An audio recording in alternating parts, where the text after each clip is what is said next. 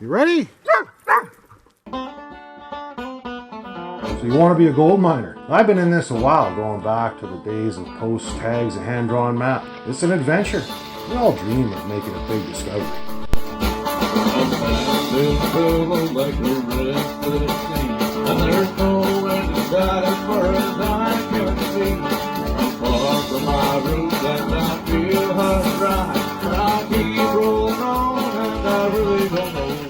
I don't have to do this. I get to do this.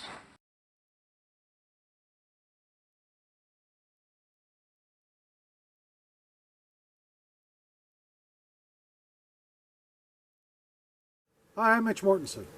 I'm Ken Green. And today we're looking for the Douglas vein.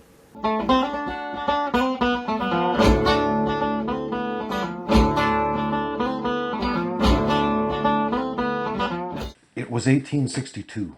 Thomas Haywood, Edward Jeffrey, and C.L. Miller struck a rich quartz lead at the headwaters of Loose Creek. The results were so good that on October 25th they wrote the Colonial Secretary Sir Edward Bulwer Lytton announcing their discovery and requesting discovery privileges. It was to be the first lode mine recorded in the colony. Sir James Douglas and his Goldfields Act of 1859 made their request responsible for the enactment of the first regulations concerning simple partnerships for mines. The specimens observed and reported by the weekly British colonists were said to be rich in gold and stained with iron oxides, while the vein was said to be 18 inches thick. They also reported that the value of this discovery was probably $250 a ton.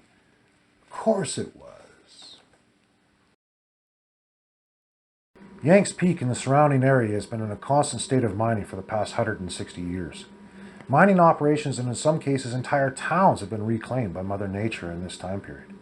The maps attached to Bulletin 34 show 24 lode and placer occurrences between Round Top Mountain and Yanks Peak. Today, we are on our way to Snowshoe Mines in search of the Douglas vein. We begin our journey from the historic Winger cabin on Little Snowshoe Creek. This cabin was built in around 1917 by Thomas Kinvig. At that time, there was only a trail along Little Snowshoe. The trail is a road now, and we are following it up to where Loose Creek flows into Little Snowshoe. This road is part of the route used by quadders and snow machines to travel the circuit up to the meadows and then around and down the Hampton Trail along the southern slope of Yanks Peak. I parked at the junction. From here, we were on foot. At well over 4,500 feet in elevation, it was still a climb to Snowshoe Mines at the 5,200 foot mark.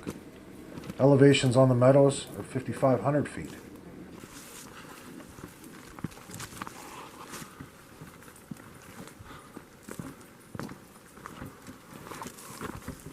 Hey Ken. Yeah, Have a look. that's where I was looking when I saw the big tank.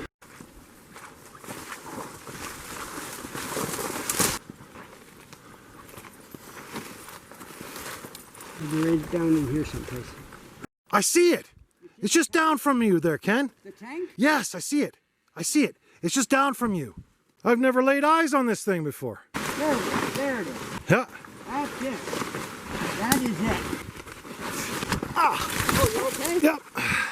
Yep. Third time on my ass. Oh, Jesus, Ken, you all right? Yeah. There's kind of a hole here. You found a hole. Oh, it's water came down there. What happened told me there was a drop here, and the trolls were still hanging in. They went in. Now isn't that something? Isn't that a tank? That's huge. How far is it in the ground? Like this sled, so it could be another 6-8 feet on the bottom, eh? Oh, I suppose, yeah. Because it's slid. What do you think they use that for? Bob Hampton thinks it was air, Yeah. and there's a pipe going up this here, about a 4-inch pipe. I found it before, but I can't see it now. But it ran up to the mine.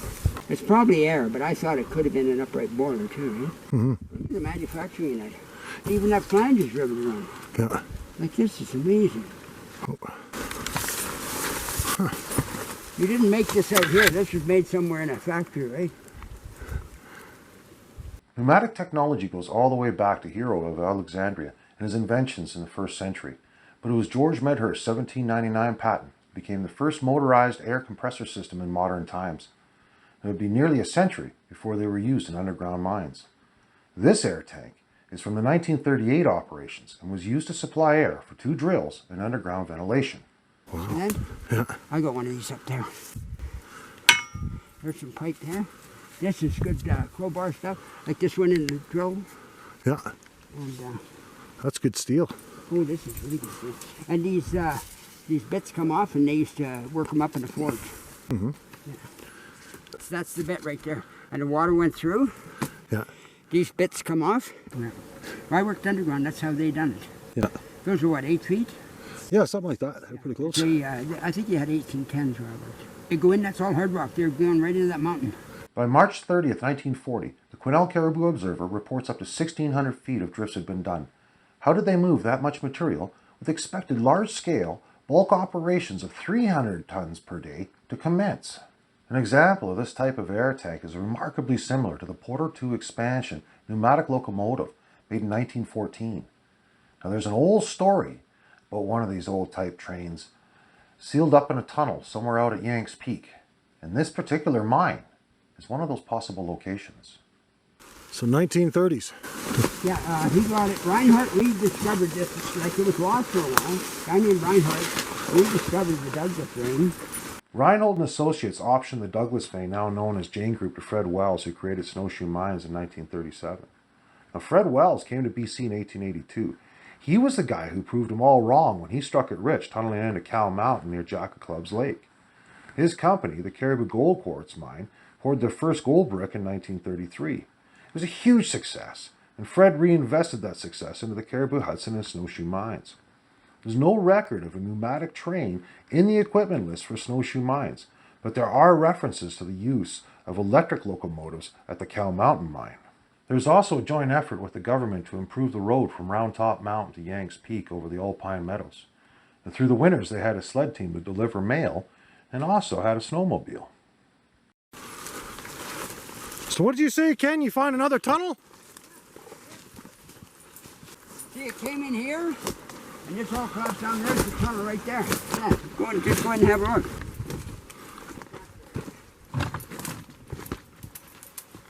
Wait, I wonder.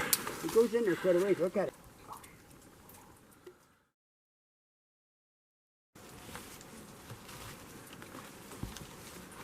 That is so cool. Wow. They must have taken out a lot here. Oh my God. You know, a big ass freaking tailing pile, but But that's a lot of tailings. That looks like it probably went in a good 1,000 feet. Oh, I think they probably want more than that. Yeah, it's hard to say. That's a pretty good They tunnel. could have crosscuts going in too, right? Mhm. Because those tailings, like that's a hill there, and they fill the hill in. This is the Douglas vein, but it is not the Douglas tunnel struck by Thomas Haywood in 1862. This tunnel is the lower adit of Snowshoe Mines as described in Bulletin 34, also known as the Holland Report. And it describes the mine's geology and history in detail. And in March 1941, Fred Wells cut a 60-40 deal with Pioneer Gold, who bought the project for $200,000. He had already spent $120,000 organizing the property to a state of production ready. There was a large camp with several buildings, including a blacksmith and a sawmill equipped with a skyline to move logs across the valley. A diesel generator was installed to provide electric light and a large compressor to supply air to the mine.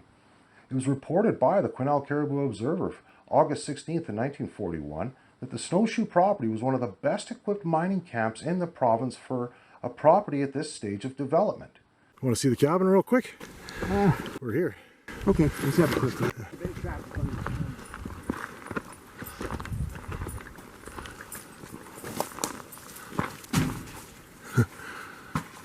That's raising your roof like that tin. Ooh. Ooh, that's not good. The tin came down. She might not survive another winter. Shit. This cabin was built in 1938. It is one of those pieces of history that should be recognized for its historical value and restored for posterity. All evidence indicates none of the tailings were processed. The ore they drifted was simply not rich enough with gold prices at $35 an ounce, so everything was dumped outside the mine.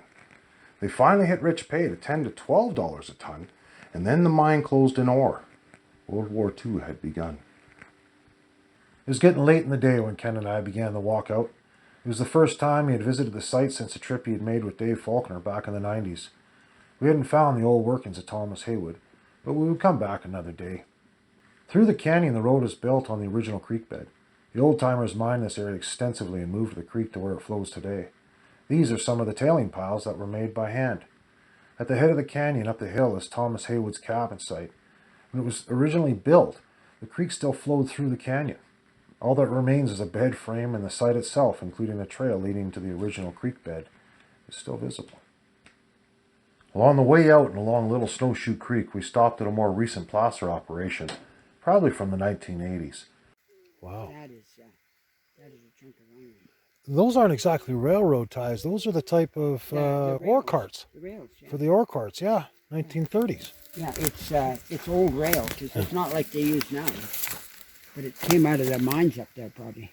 Oh, that one got bent a little bit.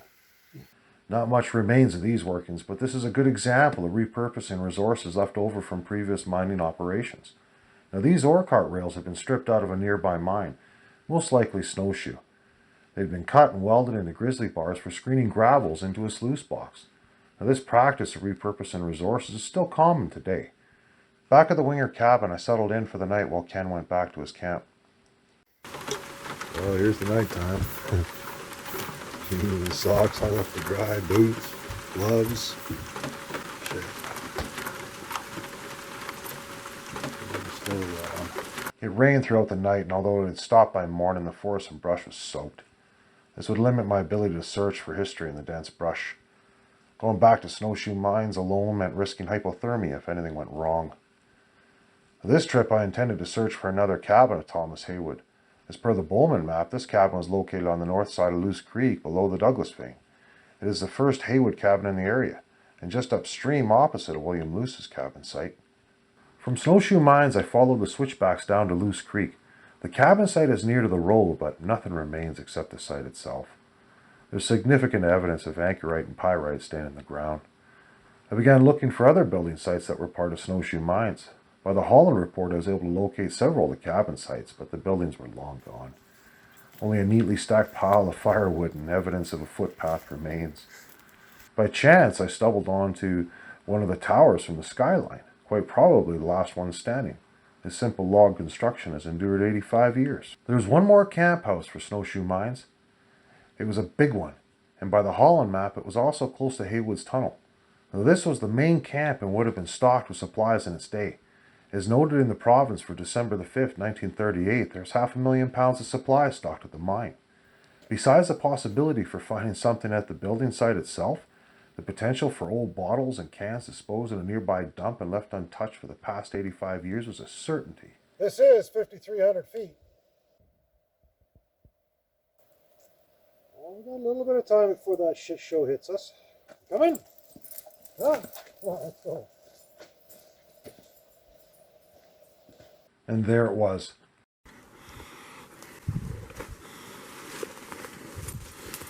Another log cabin.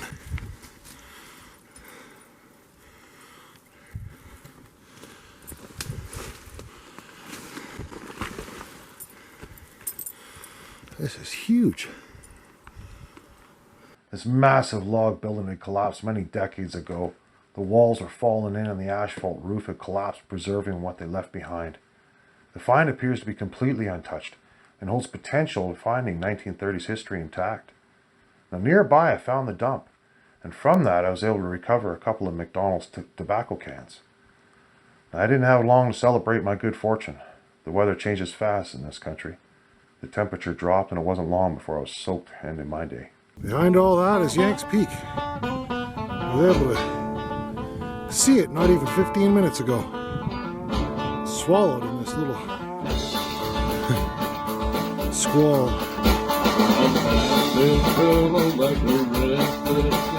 And there's no end to that as far as I can see. I'm far from my roots and I feel hot dry. But I keep rolling on and I really don't know why. And I'm rolling along, here come the wind. The most restless critter that you'll never see. To get back to my roots, but I really need. But I keep tumbling and tumbling and tumbling back.